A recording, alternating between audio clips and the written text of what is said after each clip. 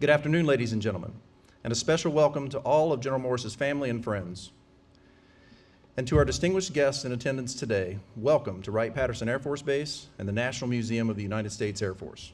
I'm Colonel Bernard Willis, and it's my pleasure to serve as the narrator for Major General Shaun Q. Morris's promotion to Lieutenant General. Officiating today's ceremony is General Arnold W. Bunch, Jr., Commander, Air Force Materiel Command. During today's ceremony, in accordance with the State of Ohio's Health Protection Order, the official party will remove their face coverings to offer remarks, and the audience members will maintain usage of their face coverings. Ladies and gentlemen, now please stand for the arrival of the official party and remain standing for the playing of ruffles and flourishes, the General's March by the Air Force Band of Flight, Spirit of Freedom, the posting of the colors by the Wright-Patterson Honor Guard, the National Anthem by Technical Sergeant Joanne Griffin, Air Force Band of Flight member, and the invocation by Chaplain Matthew Franke, Command Chaplain, Air Force Materiel Command.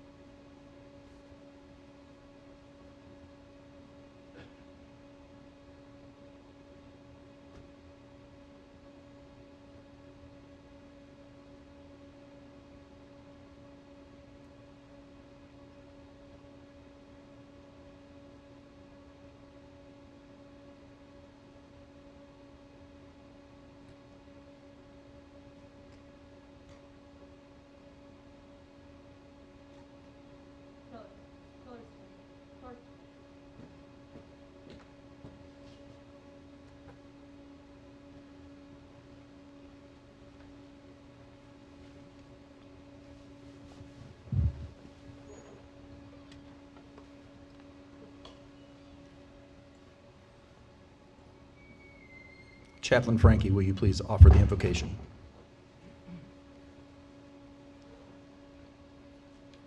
I invite you to join me in prayer. Lord God, we gather today to pause and to celebrate, but let it also be a time for us to reflect and to dedicate. We come here this afternoon to celebrate a great accomplishment, a promotion of one of the senior leaders of our Air Force to the rank of Lieutenant General. And this is a big deal because even though we strive to produce leaders for our Air Force, we can't just manufacture them. Each individual in our Air Force comes to us with special gifts and talents, experiences, and perspectives. And so it is with General Morris. You've blessed him with unique talents and abilities, with a family who embodies military service to the nation, with a loving spouse, Jean, and children, Sophie and Paige, John and Jacob, who have supported him in his military service, with peers and supervisors who have mentored him throughout his career. And it's because he's been faithful stewards of those blessings in the past that he's now entrusted to serve in the higher grade and to be faithful with even more. So I pray that you would grant each of us the perspective to see our unique talents, abilities, and blessings as your unique gifts given to serve those around us. Bless General Morris and his family. Bless our time of celebration today. Bless our nation and bless our service. And it's in your name. Amen. Ladies and gentlemen, please be seated. Thank you, Air Force Band of Flight, the Spirit of Freedom, the Wright-Patterson Honor Guard, Tech Sergeant Griffin, and Chaplain Frankie. Before we begin,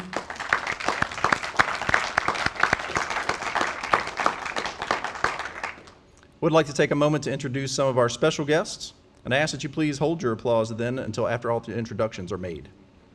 Please welcome General Morris's spouse, Mrs. Jean Morris, daughter Paige, and son Jacob. His father, Chief Master Sergeant Quincy Morris, United States Air Force retired, and mother Iris. Brother, Mr. Scott Morris, and sister-in-law Jeanette. Nephews, William and Cade. Sister, Mrs. Christy Hartley, and brother-in-law Todd. Niece, Olivia, and nephew Trent. Brother-in-law, Mr. David Hoekstra, and sister-in-law Ann. Brother-in-law, Mr. Paul Garcia, and sister-in-law Renee. Please also welcome General Morris's friends, Mr. Mike Gill, the former Air Force Material Command Executive Director, Senior Executive Service retired, and his spouse, Susan, and Mr. Brian Onko and his spouse, Mary. A special welcome also to our distinguished visitors. From the Air Force Material Command Front Office, Lieutenant General Carl Schaefer, Deputy Commander, and Chief Master Sergeant Stanley Cadell, Command Chief. From the Air Force Life Cycle Management Center Front Office, Lieutenant General Robert McMurray, Commander, Air Force Life Cycle Management Center, and spouse Major D. McMurray, United States Air Force retired. Ms. Kathy Wattern, Executive Director, Colonel Charles Kane, Vice Commander, and Chief Master Sergeant Troy Croft, Command Chief. Also please welcome Mr. Joseph Zeese, the Governor of Ohio's appointed Senior Advisor for Aerospace and Defense, Mr. Jeff Hoagland, President and CEO of the Dayton Development Coalition, Brigadier General Heather Pringle, Commander, Air Force Research Laboratory, and Colonel Patrick Miller, Commander 88th Air Base Wing. In addition, Mr. Sam Bain, the Regional Representative to Southwestern Ohio for U.S. Senator Robert Portman. Thank you, and welcome to our many distinguished guests in the audience from the Air Force and the Dayton community. We thank all of you for joining us for this special occasion today. Now please join me in a round of applause for all of our honored guests.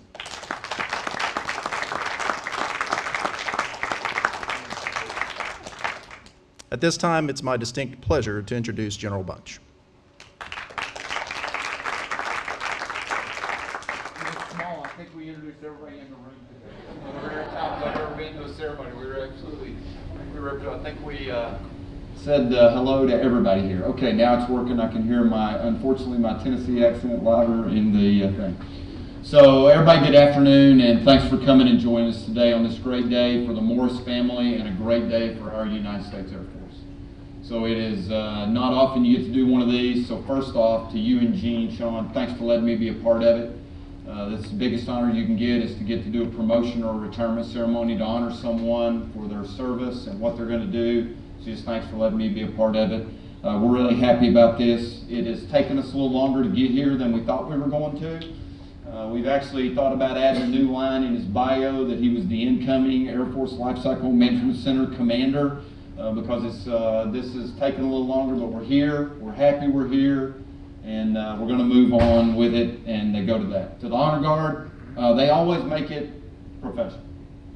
And they're going to do something a little later that when they, with the flags, and it's the one thing that my family still talks about today from all of my promotion ceremonies is what they do with the flags. And they just add a touch of class to it and make it memorable, and it's fantastic. To the band, thank you again. I love having you all here. You do such a great job. It's perfect. And Tech Sergeant Griffin, thank you. You've got as someone who has a voice that my children ask me not to sing in church, you actually make it very good, and I really appreciate you being here and doing this. All the senior leaders, thanks. Community leaders, thank you. Happy you're here being part of this. I'm really happy this much of the family's traveled to be here, though. And some of them have been to these, some of them haven't. Some of them have no idea what's getting ready to happen, so this should be entertaining at the minimum for some of that. When I say something really nice and you don't believe it, you can roll your eyes. If I say something nice about him or Jean, usually what happens is Mom believes every word I say about her little boy. Dad doesn't have any idea who I'm talking about. So we'll see how this works out as we go through this today, as we try to do some formal things, but we also try to have a good time because this is a really big day for everybody in the family. On the family side, we got people that are virtual. Glad you're here. We got those that are here. We're just happy that everybody could make it today. And I got to read the list because this is a pretty long list. We got Jean's sister, Ann and David. Thank you for making the trip in and coming in. We've got Jean's brother, Paul and Renee, and they've not been to one of these, so they'll be the ones I'm kind of watching to see how this plays out. We've got Shaun's sister, Christy, and Todd, and Olivia, and Trent. And Trent is the happiest dude in the world because he had to wear a tie to come to today's festivities. So he's already polling this really down low and to have fun things because he's got to wear a tie. So I asked him which airplane he liked best, and he goes, there's so many. And we quickly went, there aren't enough. We need more. So anyway, Shaun's brother, Scott, and Jeanette. William and Kate. And out of Texas, I think a lot of Texas vacated and came up here to be part of the festivities. So thanks for your service. Your brother, your sister, they're events they don't make because he's wearing the uniform and she's serving alongside. So thanks for your support of them and for everything that you've done to support them as they've made this journey. And probably not even a journey that Jean thought they would be making when they met, but I'll go into that in more detail in a couple of minutes. Now let me talk about a couple other folks. Chief Master Sergeant Quincy Morris and his bride Iris. Ma'am, thank you for your service. You served as a military spouse, and you served as a military spouse at a time frame we didn't have a lot of the family support programs that we have today. And you set a path for taking care of folks and being a great, so thank you. Thank you for that service. Then you add on top of that, that when a child wears the uniform, you're serving then as well. Because I know you're thinking about him, I know you're worried about him, and you're doing all those things. I know my mom and dad did it all the time. So you've double served. So thank you for your service and taking good care of him, okay? Now, the thing that's different about our Air Force and our military than all the other out there, and it's what every country would die to have, it's our professional NCO Corps led by our chiefs. A lot of countries have outstanding general officers, and they have colonels. They don't have the professional NCO Corps that we have in this nation. And that's led by our chiefs. And they're the ones that set that example, filter down to those senior NCOs and set standards and make sure they're professional and operating with integrity and doing all those things. And that's what makes our Air Force different. Chief Morris was a comm specialist. And so, sir, thank you for your service. Thank you for setting a great example. Thank you for you both for instilling in Shaun our core values. We didn't have to do a whole lot of shaping once we got him. You all had already instilled them because he'd watched you do your business. So thank you for your service. I'm glad you're able to be here today, and you should be very, very proud. This is a major accomplishment, and I'm not sure how you felt when your son became an O and you had been an E, but I will tell you, he learned from you along the way, and he treats everybody with the respect that you would expect him to. So you all should be very, very proud of that. Thanks for being here. Okay, now I get to talk about the nearer family. And I got to do this one to the camera, and I got to do this one down here, so I'm going to kind of be all over the map here, so kind of bear with me.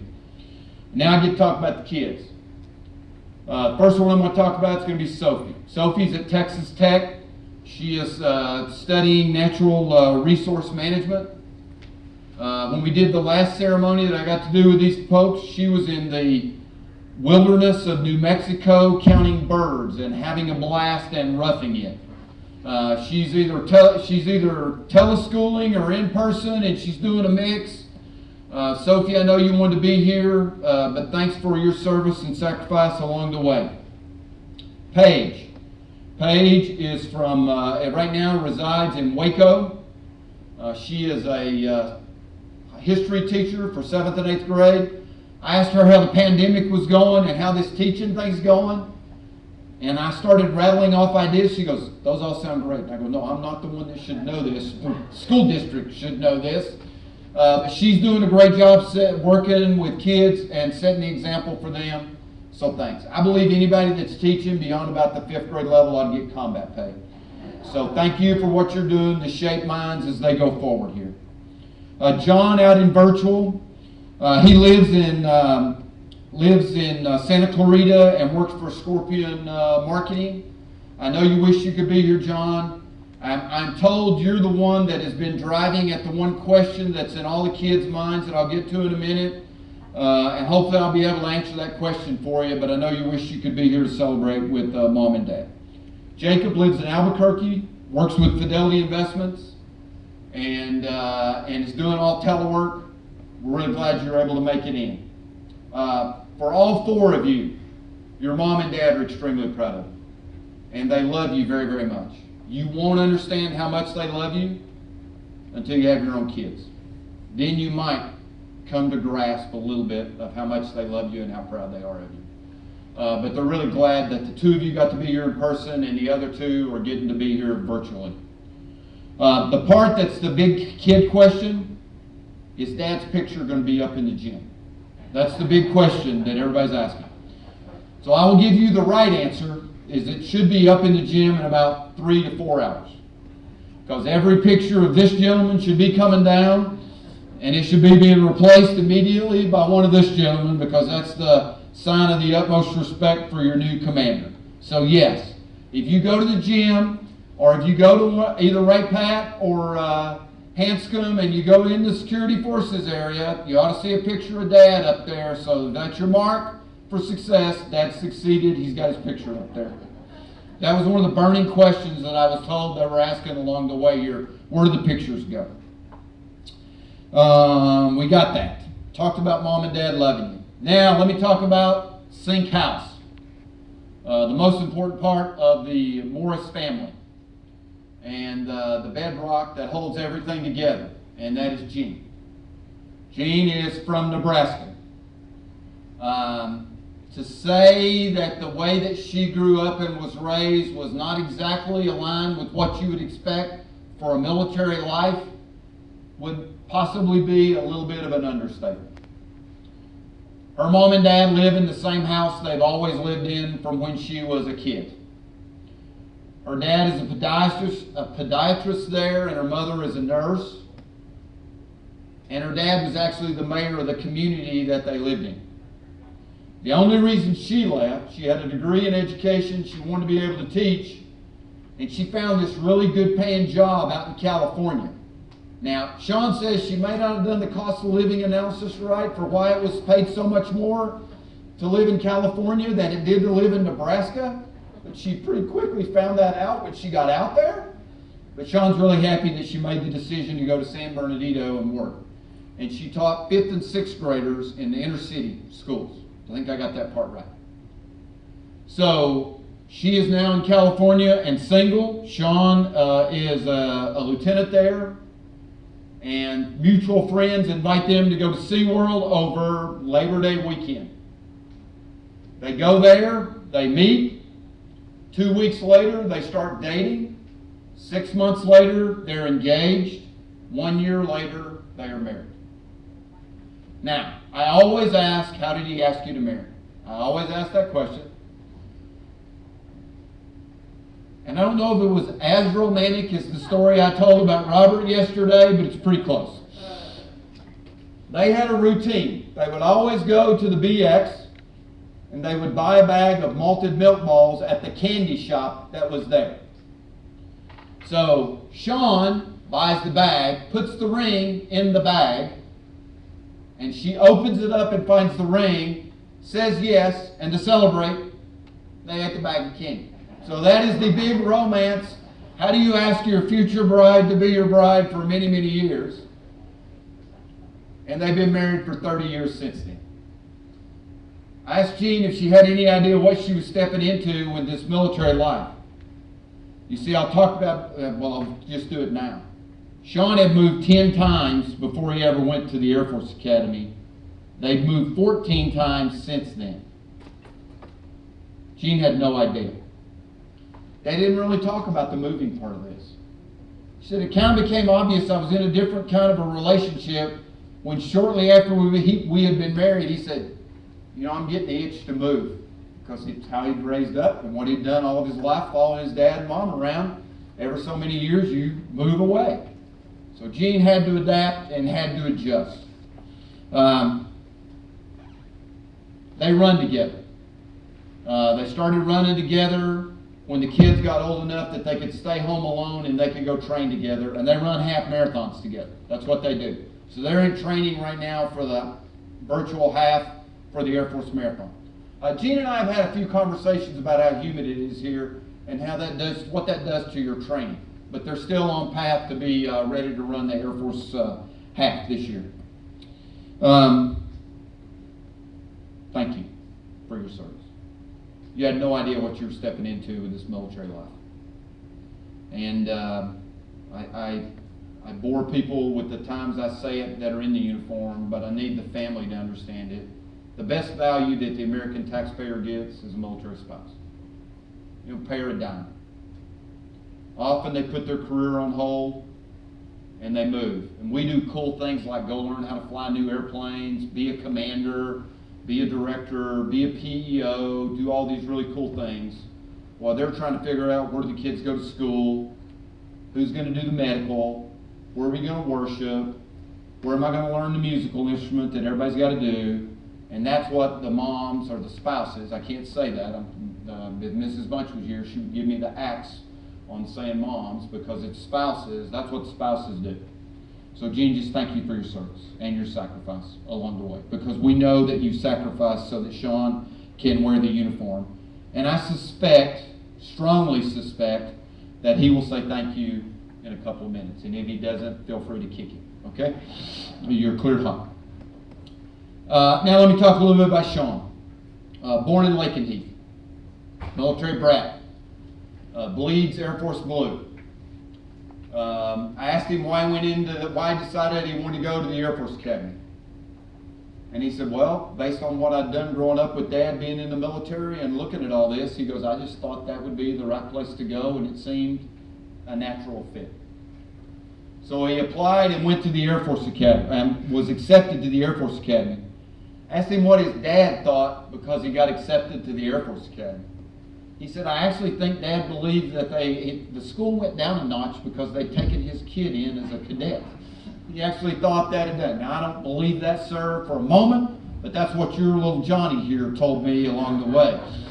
So the reality of it is he got accepted into the Air Force Academy, graduated with a degree in mechanical engineering, and he was on his journey to be an Air Force officer. Norton, to be and I did not know this until I looked at his record, Peacekeeper rail system for ICBMs, That's what he worked on for his first job. Very controversial program that had a lot of issues. Self-starter, top lieutenant, held the contractors accountable. So I say these because it's kind of all those things that we've watched Shaun do for many years now as an officer in our Air Force. Held them to a high degree, found ways to be efficient, found ways to save money, identified problems and shortfalls in the contractor proposals, and made everything work out and made it work. Natural builder of esprit de corps. Those are all things that were in his first couple of lieutenant performance reports, and things that when you read those you go, yeah, okay, that explains exactly who he's been as a general officer. So it was that foundation that was set, and he built off that going along the way. Okay, I'm supposed to keep mine. Okay, got it. Then got to go work in a joint program office on a national launch system, and worked, and what he learned there was how to work with NASA to build a partnership to be able to get things done. He and Gene, then he was an exec, which is a great job to do. Because you learn how business is done at the senior level, and you learn it at a very young stage. And he was the morale builder of the office and made sure everything got done. Kristen's back here. She's my exec. God bless her. And your job as the exec is to make sure that what the boss is getting has been QC'd, it's ready to go. You're reading all the documents that are coming in. You're looking at all the performance reports, and you're making sure that the boss's job is as easy as you can. It is a very hard job to do. One that Shaun did very, very well when he was out at Norton before he got his next PCS hold. He then went down to Kelly. And he went down to Kelly and he worked engines. And he worked F-15 engines, and he learned that side of the business. He went into a different area and further broadened out his career and learned at that logistics complex at the time, logistics center at the time. Did great things improving aircraft availability, getting more airplanes out, getting the engines to where we need to be, something that you will get to call back into your memory in the job you're getting ready to step, because Robert and I have had conversations about that within the last week. But Shaun learned all that. Then he got an opportunity that not everybody gets. He got to be the aide-de-camp for Major General Childress. Now the aide-de-camp is always at the general's side. They are making sure he's actually eating, making sure he's got all of his documents, making sure he's got his uniforms, following every day, watching absolutely everything that's being done. And he got the number one of all the company grade officers at the organization while he was in that job. One of the things he did in that job, and if you think back to Kelly, he got to work with the BRAC Commission and everything that was going in. For those that are family members that don't know what that is, that's the base realignment and closure. Kelly was the base that we decided we were going to close. And there's a line in his performance report that said he prepared briefings for, this is kind of like a who's who list, the President of the United States, the Secretary of Defense, the Secretary of the Air Force, the Chief of Staff of the Air Force, the senators and the representatives of the state of Texas, and the governor. Now that's kind of a who's who if you're going to try to build a brief and tell people what you're doing. And that's what young Officer Morris was doing at the time. This is where he also learned a little bit about being an Air Force family and how sometimes you can't take yourself too seriously. Mom has now got a couple of kids at home, and there's something that pops up, and she can't find a babysitter, and Shaun can't leave the general, so Shaun goes to the general, and John ends up with his car seat in the back of the staff car, while Jacob and the other, as Jacob is with Mom, and riding around the base with the 2-star and Dad, cruising around, doing business and keeping the mission going. So it's just a sign it is a family affair that we do this. And even though sometimes we act like we don't care about families, we care greatly about families. So I can only imagine the pictures. If someone would have had them of the car seat in the back of the staff car with the general sitting beside Shaun going around and doing business. Absolutely hilarious to me. Shaun got to go to, from there he got to go to Air Command, he got to go to SOS. And when he went to SOS, and I may have that slightly out of sequence, went to SOS, he was a distinguished graduate, and he was an outstanding contributor. I tell that not for this side, they know what that means, I tell that for this side. That means top 10% of the class with your peers, but more importantly, outstanding contributor means your classmates voted you as the individual that contributed the most to their learning during the entire class. That one is really a high honor that all of us look at very favorably. And because it's peers who are looking at you, and it's because you can build teamwork and you can build camaraderie. Shaun, and I did have that out of sequence, you went there before you went to Kelly. Shaun then went to Wright Pat, worked on engines again. I say this one for humor. One of the projects that Shaun worked on was do we re-engine the B-52 and the TF-33 and replace that program. He got to do the study when he was a captain. Why do I find that humorous? Because right now in our budget, we are finally getting around to doing what Captain Morris studied all those years ago, and it's a program that he'll play a key role in the new job that he's stepping into for the future. But he did great things there. He won Performer of the Year 2 times for all of the engine shop. Out of almost 200 people, he was the #1 performer voted on by the leadership and selected. Distinguished himself and did a fantastic job. Somewhere along the way here, he was called something that I thought was particularly noteworthy, the rock in a storm of transition. So I thought that means cool under pressure, calming everybody else down, being able to get things done. I thought that was a great compliment to Shaun and matches up what I've seen out of his performance over the years. Everything that he did there was that he was the epitome of Air Force leadership, driving efficiency and increasing the support to the warfighter in the field. He went to Air Command and Staff College. I don't normally go, yeah, he went to Air Command and Staff College. I bring this one up because someone in the family actually viewed that one as probably the toughest year that they had with assignments. She was pregnant with Sophie. As soon as they moved, the kids got chicken pox. And if you've ever been to Alabama in the summer and you or have a spouse that is great with child, it is hot and humid, and it is not overly pleasant that way, so you got that going. You got all the kids getting chicken pox, so now that makes 3, almost 4. You have other illnesses that come up. Shaun gets kidney stones, so he's a joy to live with. And she said the day they moved in, the mover goes, you have some water bugs over here, but we don't think it's a problem. And it was in their house, and it was cockroaches. And Jean said, I never really wanted to go back to Alabama again after that. I don't believe that's where the Morrises will be settling whenever they decide they're going to hang this up. I'm pretty sure. Later on in his career, Shaun went to the National War College, and we kind of joked about that a little bit today on the phone. He goes, yeah, if I'd have gone to Air War College, that would have been a very lonely year because the family was not going with me back to Alabama. So he did a great job there and was a top performer. But happiness for Jean was seeing that in a rearview mirror as they moved to D.C. Went to D.C., he got to work for, and I bring this up because if you interact and you work with some of the people that we get the opportunity to, you see general officers that are just different. And they set an example that you try to emulate the rest of your career. And he got the privilege of going into work as a program element monitor and a congressional action officer.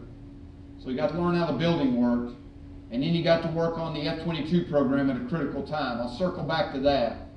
But I think the most important thing he did there was he got to work with John Corley, who many of us believe is one of the smartest people that the general officers that the Air Force has ever had, and an absolute true gentleman and class act. And he got to work for a guy named Mark Welsh. And General Welsh became our chief of staff. And he is probably the best leader that I've ever seen. His ability to communicate and link up with airmen, and Heather got the privilege of working for him directly. She got to watch him on a day-to-day basis. He was just completely in his own class. And Shaun got the privilege of learning from those two gentlemen while he was in the five-sided crazy building that we call the Pentagon.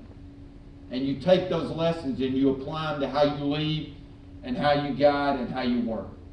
And that has shaped Shaun along the way quite a bit, working for those great folks. He got top strats, the part there that's really critical, a program element monitor. These guys and gals mostly know what that is. We usually pick one major lieutenant colonel and we give them a program.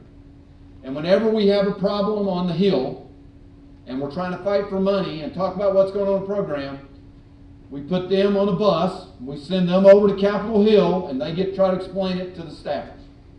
They are the first line of defense for our budgets. They are our first line of defense to try to beat back those people that want to steal your money and give it to their pet project. You have to know all the facts. You have to know everything going on in the program, and you got to be able to tell it not in acquisition speak or fighter pilot, test pilot, geek speak. You got to be able to tell it in vernacular that someone that's never been inside of an airplane can understand. And they got to understand how important it is, and they got to understand why they take your money or whatever they do, how they're going to hurt the Air Force, and they're going to hurt the warfighter. And that's what he got to go do. General Welsh wrote a line in Shaun's OPR that if there is a 911 call from the chief's office, we call Shaun. And the acquisition executive for the Air Force had to go testify on F-22. They got one subject matter expert to go with them, to sit behind them and answer questions. Shaun. Shaun's the one that our acquisition leaders pulled in to go do that.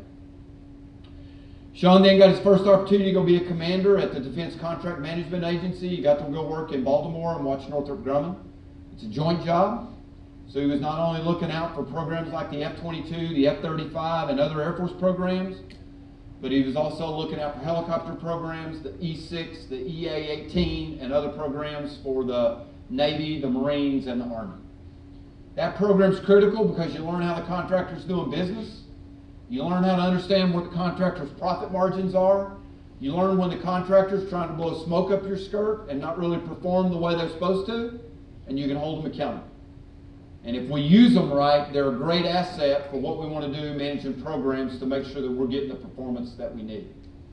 He did a fantastic job there. He got great ratings by his supervisors. And the line that I loved was it said he took a dysfunctional organization and got it back on the right path, created a positive climate, created the right work environment so that it would perform and function as one unit versus something that was all over the map and dysfunctional. So he did a fantastic job there, and he didn't have to PCS very far because he was just in Baltimore. And then, as I said, National War College, then back to the five-sided building to work on the joint staff. Most of us who are acquisition folks don't work on the joint staff. There are very few acquisition individuals that go to the joint staff. And he worked in the J8. The J8 looks at all the requirements, evaluates all the programs going on in the Department of Defense. He was looking at about $20 billion worth of programs and advising the chairman of the Joint Chiefs of Staff on how they were performing. That's what Shaun was doing. He got top strats out of all of his bosses there and did a fantastic job. One of the key things he played a role in there was looking at our unmanned air vehicle systems. That was a time frame when remotely piloted was starting to take off and we were trying to figure out what we invested in. He played a key role in evaluating the Global Hawk, the MQ-1 and the MQ-9 for what we were going to do going forward. Then got another command opportunity to go to Kuwait. Another tough year with 4 kids and him being deployed downrange to Kuwait at a critical time for our operations in Iraq and Afghanistan. Key to making sure we had the right materials in theater Key to making sure the people that were doing work for us in theater were doing it the right way, on the front lines, supporting the mission directly, making things happen. Number one DCMA colonel that they had. Got the chance to go back and work for Andy Bush, great leader. Andy Bush is a real quiet guy, but always knows his business. Shaun got to be his vice. And he got number 2 out of 31 the first year out of Andy Bush for all the colonels. The next year he got number 1 out of 31 for all the colonels when he made it up to be a wing commander equivalent senior material leader. Out there he got to work this small program that Robert and I still get to talk about sometimes called A-10 rewinging and a bunch of other activities. All the activities he did out there, key to keeping older platforms in the fight, ready to go do the nation's bidding and to work.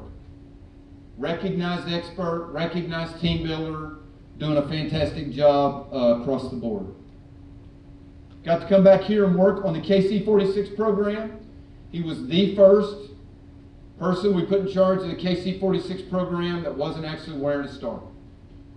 He had made the rank, but he wasn't wearing it at the time, and came back and was doing that senior material leader job on that critical program, which is vital to our Air Force going forward for how we do missions all around the world. If we don't have a tanker fleet, we can't project power everywhere, and Shaun was playing a key role in making sure we got that capability out to the field. He went to Eglin to be the program executive officer for weapons. For the family, that just means he was only in charge of all the weapons that are non-nuclear for the United States Air Force. That's all it means. So, critical role. Critical for a couple of reasons. One of them, we're bringing on new capabilities. Small diameter bomb 2, massive ordnance penetrator, a bunch of other things that I'm not going to be able to talk about. Increasing our production of JASMs, so all those things are going on. The other part, though, that we decided to make it more complicated for Shaun, we decided that, hey, we're using a lot of weapons in Iraq and Afghanistan right now. How are we doing on stockpiles? Do we have enough weapons to be able to keep our arsenal where we need them? And the answer was, yes, but we probably need to ramp back up. So Shaun got to work with all of our industry partners to ramp to max, higher than we'd ever produced, joint direct attack munitions, which is the weapon of choice for the warfighter, small diameter bomb to a level that far exceeded anything we'd ever produced, Hellfires, and bring on new systems like its advanced precision kill weapon system in min time to put it out in the field.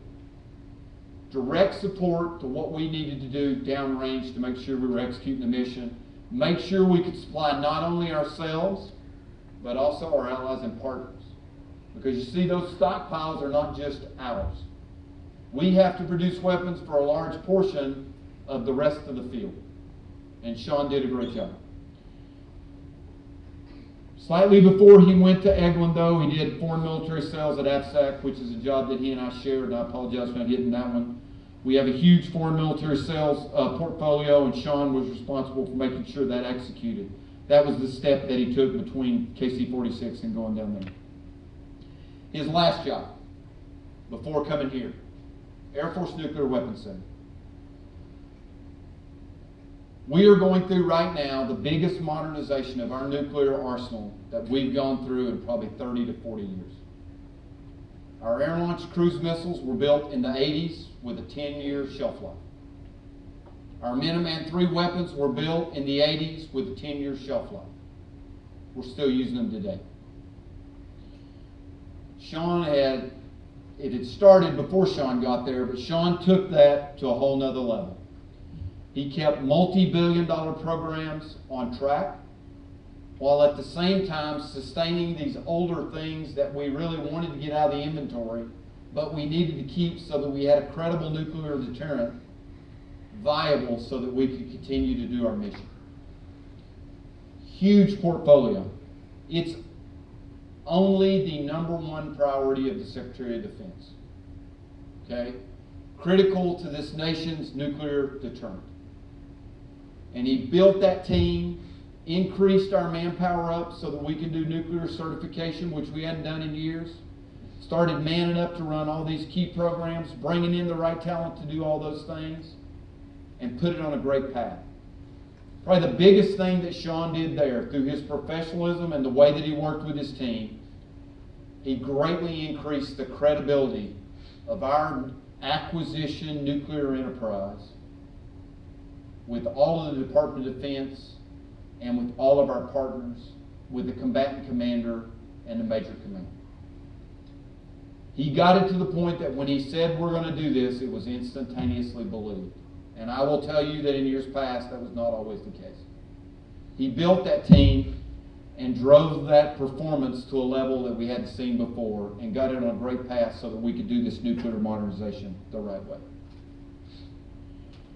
Okay, family, hopefully you learned a little bit about what he's been doing in his spare time and why he's not always with you. Making great contributions to this nation. Doing tremendous things for the nation's defense. So today we're going to do something that's extra special. We're going to do a promotion. It's big for the Morrises. It's big for everybody here. It's really big for our Air Force. You know, it's huge.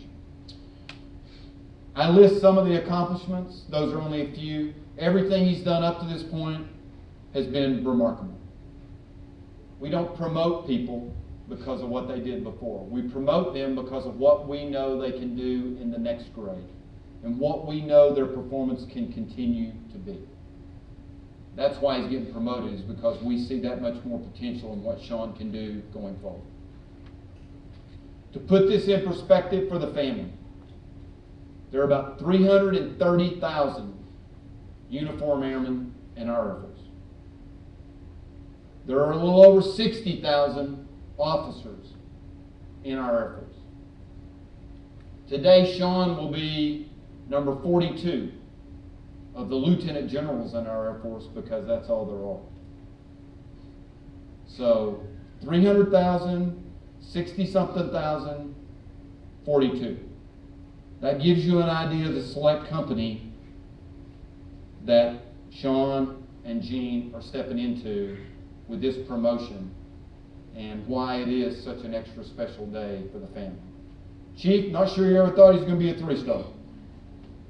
But you should be very proud that he's going to be today. So let's get on with promoting him. Shaun, let's do this. Thank you, General Bunch. Major General Morris, will you please join General Bunch at center stage? And ladies and gentlemen, please stand for the publishing of the promotion order. Publish the order. Attention to orders. Special order number Alpha Alpha Golf 074, by direction of the President of the United States, acting upon the recommendation of the Secretary of the Air Force, Major General Shaun Q. Morris is appointed to the grade of Lieutenant General, United States Air Force, under Title 10 United States Code, Section 601, effective the 3rd of September, 2020. Woohoo!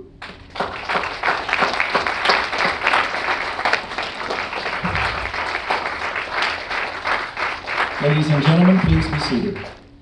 At this time, we'd like to invite Paige and Jacob to come forward and pin on your father's new rank.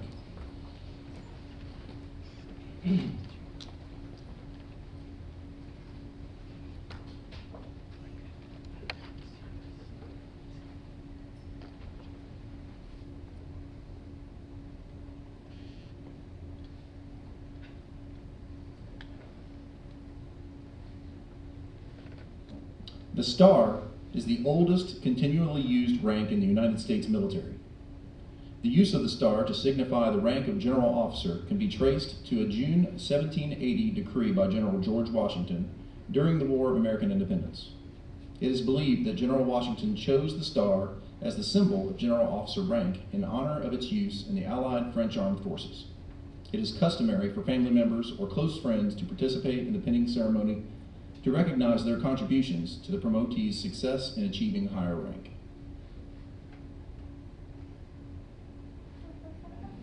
Thank you, Paige and Jacob.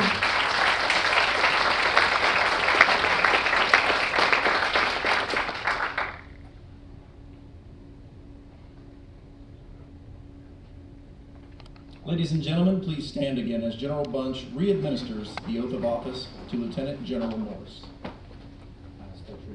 I, Shaun States Air Force. Do solemnly swear that I will support and defend the Constitution of the United States against all enemies, foreign and domestic. That I will bear true faith and allegiance to the same. That I take this obligation freely without any mental reservation or purpose of evasion. That I will well and faithfully discharge the duties of the office upon which I'm about to enter. So help me God. Congratulations.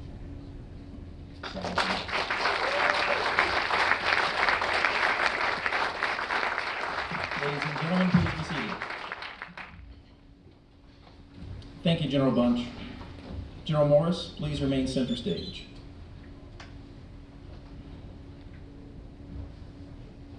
General Morris will now be presented with his new personal colors. Honor Guard, post.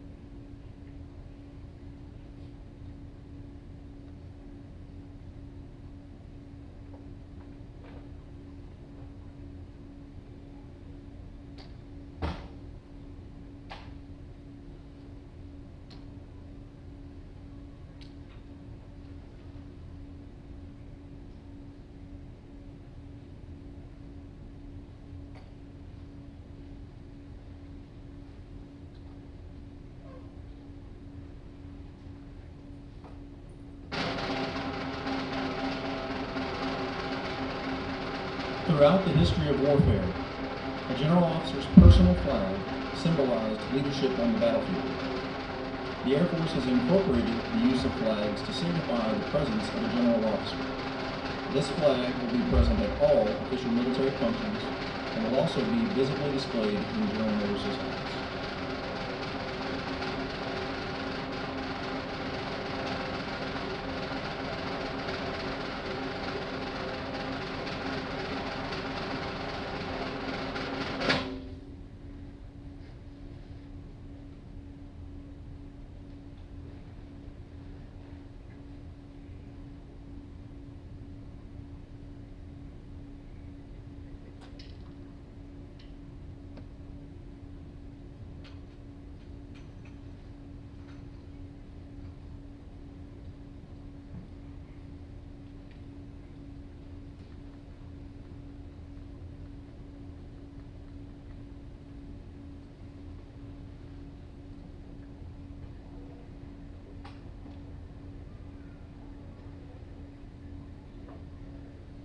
Thank you, Wright-Patterson Honor Guard and Air Force Band of Flight, Spirit of Freedom. Ladies and gentlemen, it's my privilege to introduce to you the newest Lieutenant General in the United States Air Force, Lieutenant General Shaun Q. Morris.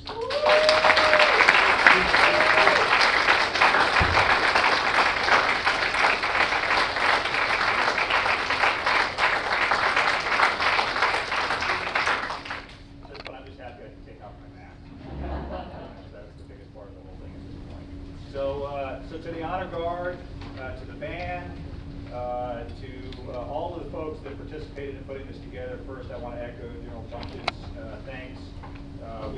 General McMurray and I had a very early discussion as we were trying to figure out how to do all of these ceremonies and what we could do with COVID. And the first thing that we agreed on right up front is you have to have the Honor Guard, you have to have these groups, right? Because there are 10x multipliers in the professionalism and how great the ceremonies are when you have those groups participate. So thank you all very much. And to all the distinguished visitors, which apparently is every single one of you. Thanks for coming out. Thanks for being here. It saves me having to worry about introducing anybody that wasn't introduced. So that was. So Tom, did you get a reference? Tom is the only one that Yeah. didn't get into So this. Tom, thanks for being Tom here. Zerba, thanks for being here, Tom. Make sure I didn't miss anybody. So, so the fact that you're here, in this case, you get to represent, right? So all of you get to represent a group of one or another that are either online today or would have liked to have been here, obviously, if we weren't in this environment, and would have if they could have. And so each of you represent one group. And so, General Bunch, I'm going to start with you. Sir, thank you very much for honoring me by serving as the officiator today. You represent all of the great leadership that I have been able to learn under throughout the course of my career. And so I've been blessed to get to work for you and with you a couple different times over the course of our career. As you highlighted, I've even got a chance to follow you into some jobs, which is awesome. And I have absolutely been blessed throughout my career with fantastic leadership. Going back all the way to the beginning of my very first boss, some of you may know him, Major Al Ballinger, who went on to be a colonel, was my very first boss, and he set, right, Kathy talks all the time about her first experience, when she walked into an organization. That first boss really sets the standard, really, for everything that happens. And so I owe a debt of gratitude to Al and his leadership. I had an opportunity in Kelly to work with General Curtis, General Lou Curtis, and General Childress, fantastic leaders. As you highlighted, General Corley and General Welsh, there were no, right, I don't know that our Air Force has had two greater leaders, and certainly an opportunity to work for them. Not only work for them, but work for them in a time of absolute crisis, because I worked with them as we went through 9/11, right, and that's when we were at the Pentagon, and we had the strike, and so I got to not only observe them dealing with hard issues, but dealing with hard issues in an absolutely critical time, in a time of crisis, and you learn an awful lot about folks when you see how they lead in crisis, and so that was a tremendous opportunity for me, and so I have absolutely been blessed. So you highlighted General Bush. There's no doubt I would not be standing here today if it wasn't for General Bush. There are a lot of general officers in our Air Force today that would not be general officers if it wasn't for General Bush. Even if I think about when I was there, General Jansen, General Stapp, General Higby, General Zabel, General Miller, General Day, all of us were there together with Mike and Susie. I mean, if you think about at one center to generate that many general officers, it is not the luck that you have that many great leaders who happen to show up at that one location. It's a testimony to the leadership there, right, and their ability to develop that leadership and then promote it, up the chain. And he was absolutely fantastic in doing that. I was blessed to have him do my one-star promotion. And so to all the great folks that I had the pleasure of working for throughout my career, I've learned from every single one of you, and it's been a blessing. To this side of the room, you really represent, right, our work community, right? The teams of folks that work either for us, right, or that we work with as peers, or have an opportunity to observe. And General Bunch, you rattled off an awful lot of things that teams of folks who worked with me accomplished. And I certainly have a tremendous appreciation that I accomplished none of that, right? The teams of people who worked with me or worked for me accomplished all of those things. And I was blessed just to be part of that team at the time. And that's really what you all here represent, right? Is those teams that I now get the new privilege to work with, either on the headquarters staff or on the LCMC staff, and we'll make that transition at the next ceremony. But I am super excited for that as well. There's nothing as good as a seat prefix, and so I look forward to getting back to the seat prefix, which is being a commander, and so we'll take care of that here in a second. To Mary and Brian, thanks for coming out. So you guys really represent the friends that we have an opportunity as military families to make who have nothing to do with the military at all, right? So just the people that we live with. And so we met you when we were here living in Kettering. The mom radar, the young mom radar is a very powerful tool. Heather, we may want to study that at AFRL, right? The ability of young moms to seek each other out, right? From all over the place and to meet. And we have kept in contact all through these years, and we're blessed you're here. But we have certainly had an opportunity in every place we have been living out in the community to make great, great friends. And so you really represent that community, and so thanks for being here today. Mike and Susan, you really represent the friends we make inside the fence line. And so we had an opportunity to meet when you came out to be the executive director at what was at time the Ogden Air Logistics Center with General Bush. And at the time, I think I was probably transitioning between vice commander and ASD director. And you came out and we were neighbors, and then worked ourselves out of a job with a small reorganization that some people on this side of the will know what that is. And then actually both came here. You came in at a slightly higher place than I did, but we both came here. But we've stayed friends, right, all through this time. And so you really represent all of those inside the wire friends, right, that we have an opportunity to make, and as we go through our careers. And so we appreciate the fact that you can be here today and really represent that group. And we're blessed that you're still here as we circle around, right, and come back to folks. And then the rest of you represent, right, obviously the great families that all of us have that support us as we go. And so Paul and Renee and Ann and David, you're here representing the Garcia clan. So Jean's other brothers and sisters, Jay and Carlene, Gretchen and Joe, Sally and Dick could not be here today, but we're honored that you're here today, so thanks for coming out. Paul, this is the first one of these you've come to. You will realize now, if you had come to Lieutenant Colonel, it would have been a lot shorter. Right, so you wait till the last one, right? There's just a lot more stuff, right? But this is a lesson you can't unlearn at this point.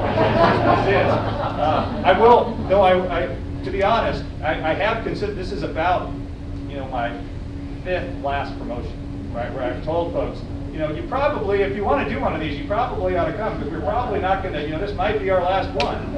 And the fact that there are so many people here today makes me think maybe they were actually believing it. I'm not sure what to take from that. But the math isn't very hard either. The opportunities are getting pretty thin. But thanks for being here. Thanks for representing. Jean's parents have been to many of these. We would have loved for Jim and Irene to have been here today. They have been an absolutely fantastic support structure for us throughout our career. Just a small funny story. Well, I think it's funny. So I was working Peacekeeper Rail Garrison when Jean and I met. Many of you probably didn't notice when you drove into the museum today that there's a rail car that sits out kind of on the end. The only time anybody ever notices it is it's right at the start of the Air Force Marathon, so people will put their stuff under it, for shade. And but I ran the test program on that rail car, and we actually had a test site that we leased in Hudson, Colorado, which is just outside Denver. And so I was there doing tests, and Jean's parents don't actually live far from there. They live in very western Nebraska, and so we were dating at the time. It was winter, and so while I'm there, I'm going to go meet Jean's parents. And there's a big snowstorm, and at some point over the course of this trip, I developed like a hole in my shoe, right? And this is back when we just wore this uniform, right? When this wasn't a dress uniform, right? That we only put on for ceremonies. We actually wore it like all the time.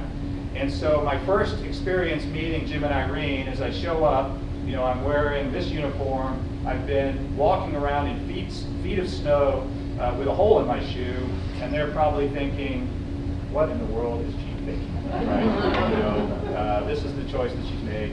And the hole in my shoe probably came, you may have, so if you were at General Schaefer's promotion, General Bunch talked a lot about, how well General Schaefer did as a cadet. you may notice today's ceremony did not have any discussion about how well General Morris did as a cadet. Well, I think the reason I had that hole in my shoe was because I think it's the same pair of shoes that I had just not too long ago been marching tours in. And I had, which is when you get an opportunity to march back and forth with your rifle, usually because you've done something that wasn't considered ideal. General Schaefer probably doesn't, he saw people out walking tours. I was with the masses. And so that's where the hole came from, I'm pretty sure. I did buy new shoes shortly after that, and it all worked out. And your parents have never said anything. They've been very, very gracious about that experience. So, but I'm sure they had some doubts. So Jim and Irene, thanks for sticking with me. And then obviously my family is here, and they're all here. This is Christy's first opportunity as well. So same lesson, Christy, Lieutenant Colonel, much shorter. Major Ray, way down there. Captain was like, we did my captain promotion in like minutes, because Gene was already like a week and a half overdue. And it was kind of like hot potato. Nobody wanted to be talking right, at the point in time, right? When labor came into play. And so that promotion was like 30 seconds long.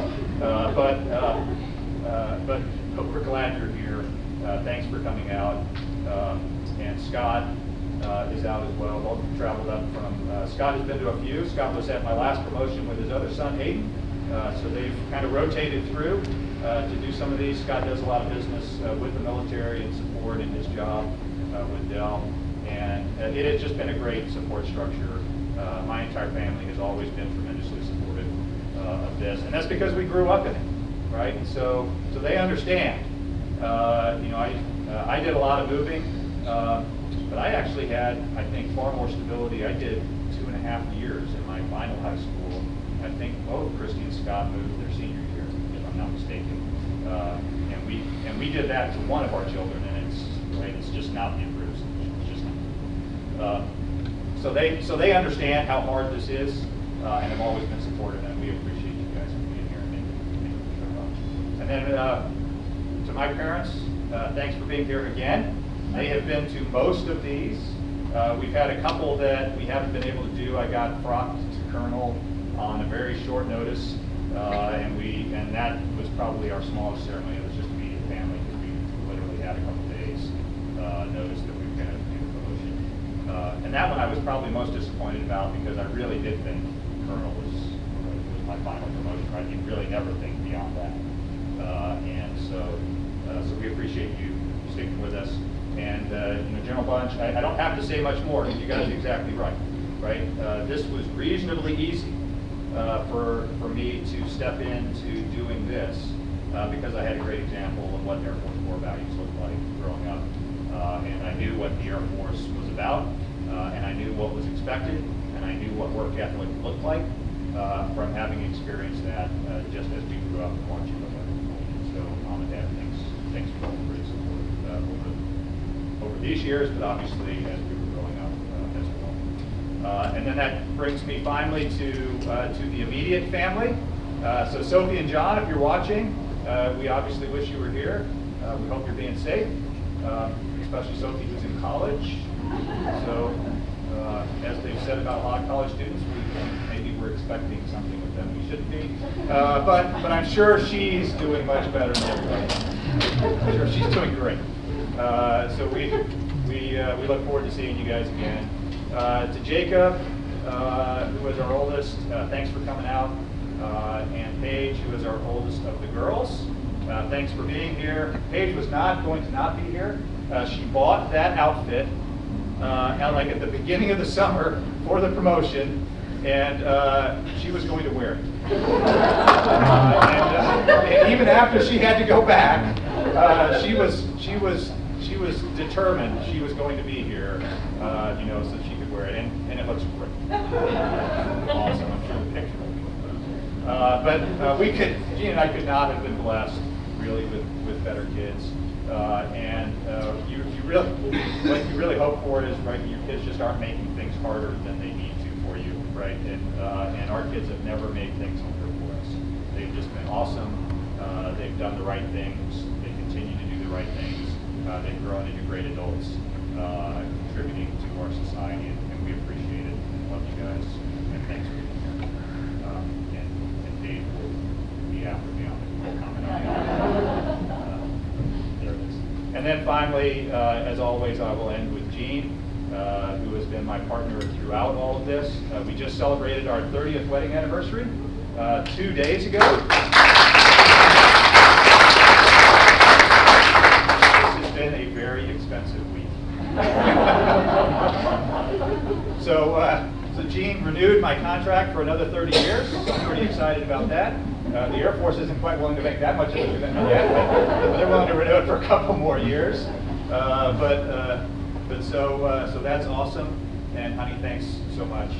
There is no doubt, zero doubt, right, that I would be here today if it wasn't for Gene.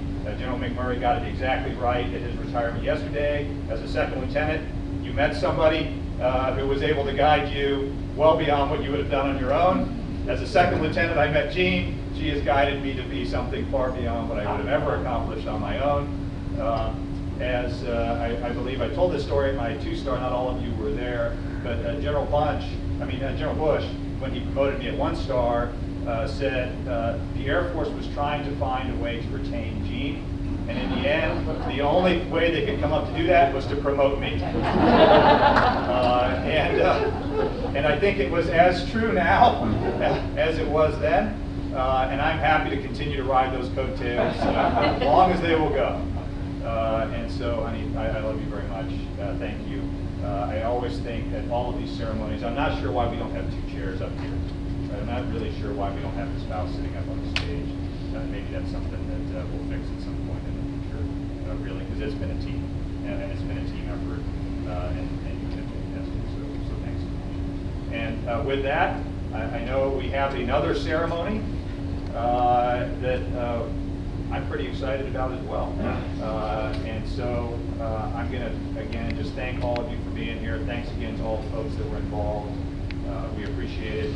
We look forward to I look forward to chatting with you in the intermission. And we'll get on with it.